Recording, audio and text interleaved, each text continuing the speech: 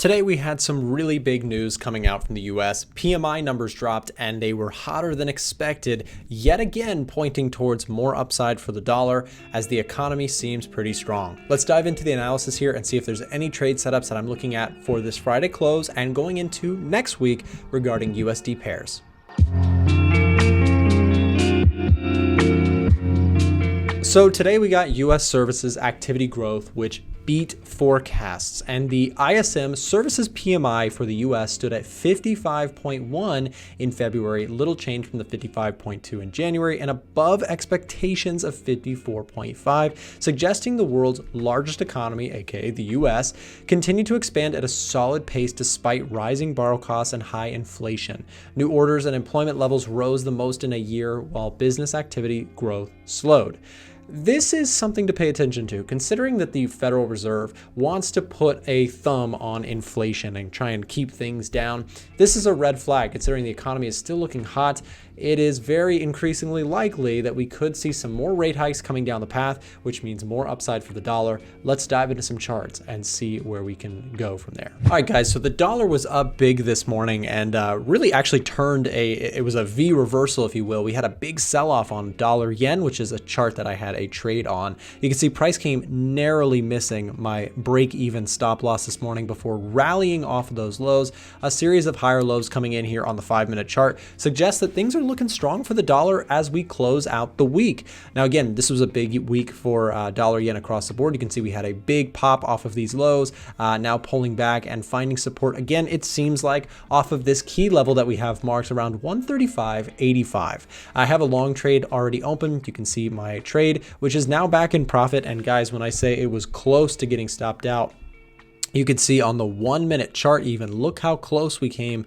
I'll draw a horizontal line so that you can see where my stop loss order was. Now, this is a trailing stop, meaning that it is in profit. So I wasn't at risk of losing money, but still, I almost got stopped out for break even. And trust me when I say this has happened more often than not to me, or very often, where I get stopped out and the price goes on without me. So fortunately was able to stay in on this particular trade as markets rallied. Now, when I look at this thing, this looks healthy, right? Holding this low and with solid data coming out this week, that's going to put some pressure on the Fed to do some hawkish things. Now, if you don't know what that means, let's dive into the fundamentals for a moment and talk a little bit about inflation. Okay, so what we've got pulled up is inflation data, and what we have is a declining inflation number in the United States from that really scary almost 10% inflation mark that we hit back in June of last year. Now, as prices of assets have continued to rise, we've still seen inflation be a serious problem. We're still floating in the 6% range, which is very high compared to the Fed's 2% ideal target that they're trying to get back to.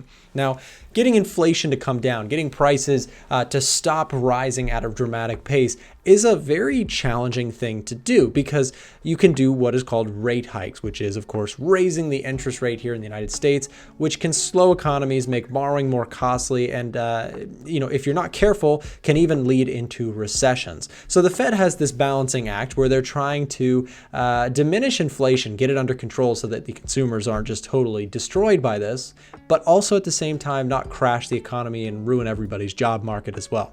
So it's a balancing act, to say the least. But with this level of inflation and this latest PMI data that came out today, it is increasingly likely that the Federal Reserve will look to raise interest rates to combat and keep inflation from starting back up. We have a free version of the Edge Finder as well. Link in the description. The worst case scenario for the Fed right now is to see inflation start to rise again and even possibly take out the highs. It is a genuine fear from the Federal Reserve. And to counterbalance that, they are likely going to push for interest rate hikes, which is why we are seeing the dollar respond very positively or very upward biased here today, putting in a nice higher low off of the 4-hour chart. We're looking at the DXY, or the US dollar currency index. This is big data. This is seeing hot data like this in the PMI data this morning is causing the dollar to, rightfully so, rally. Now, a little bit of a weird one is that the stock market is moving higher. And you might ask, well, why? Let's go back to that picture. I want to show you that one more time. Okay, so one argument here for why the S&P, the stock market, is rising so much is that this little section here, Despite rising borrowing costs and high inflation, new orders and employment levels rose the most in a year, while business activity growth slowed. So it's an interesting one because, again, it's showing that there's some resiliency in the job market. There's some resiliency in, economic growth, but at the same time, business activity still slowing. So it's this balancing act. Perhaps maybe the rally here that we're seeing on the S&P 500 is more so than anything just a response to maybe not as bad as expected in terms of company performance, but interesting nonetheless to see the S&P 500 rallying here back up to levels of resistance. We'll watch this one to see if this ends up holding. For the S&P bulls, probably wanting to see some sort of breakout here and continuations into next week. Might actually be interesting setups to pay attention to for the S&P bulls, but until that happens, you've still got resistance here. This is still sell zone in my view until we see something to the contrary on that note. Despite that, again, also the dollar looking so strong could put pressure on the S&P 500 as we see both of them sort of rising today. One of them is likely to crack with this going forward, especially going into next week, which is of course a continuation of more news and volatility to pay attention to. Let's take a look at what's up on deck for next week real quick. Okay, so we're taking a look at the upcoming news events for next week, and you can see it's a pretty loaded one. What I'm going to do though is I'm going to isolate it just to USD for a second, and we'll take a look and see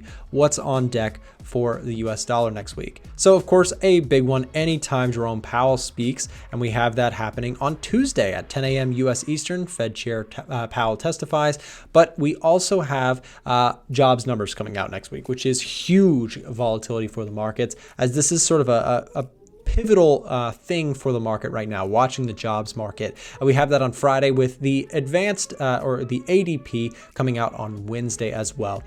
So a loaded week next week, and seeing hotter than expected numbers going into that is of course causing a little bit of a drive upwards on the dollar at this time. Let's take a look at another market impacted by all this. We'll take a look at gold, which initially spiked to the downside, but gathered back the strength very quickly. And gold, to the bulls' credits, has been putting in some nice higher lows. If you're watching this thing from a chart perspective, you put in this low, multiple bottom, rallied, found support, rallied, found support, rallied, now even found some support here as we end out trading here on Friday. So what I'm looking for in terms of gold bullishness would be a breakout to the upside. So we'll see if that plays out. If this thing can really get some legs going to it, similar to the S&P 500, if it can start to break resistance, there may be some opportunities to pay attention to next week. But at current levels, I don't have a huge interest in buying or shorting gold at this time. Again, a trade that I'm interested in is, again, the trade that I'm already in. I bought that dollar yen earlier. I called this one out inside of our Discord channel. If you're not already inside of our Discord channel and you'd like to see the trading signals that we share,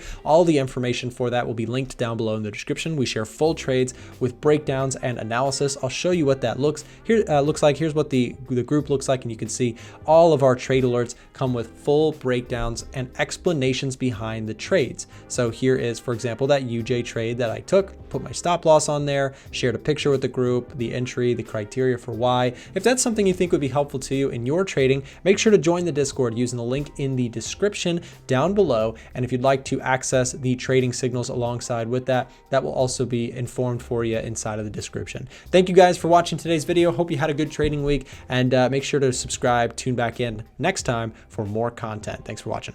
Before you go, make sure to check out our free Discord channel linked down below in the description. And if you want to try out some of our products, our software tools here at A1 Trading, we have free versions available also down below in the description. Check them out for yourself down below. Also, if you enjoy our content here, we work really hard behind the scenes to bring this content to you each and every day. And if you enjoy our content, it would mean a lot to us if you hit the thumbs up button before you head out. Thanks for watching.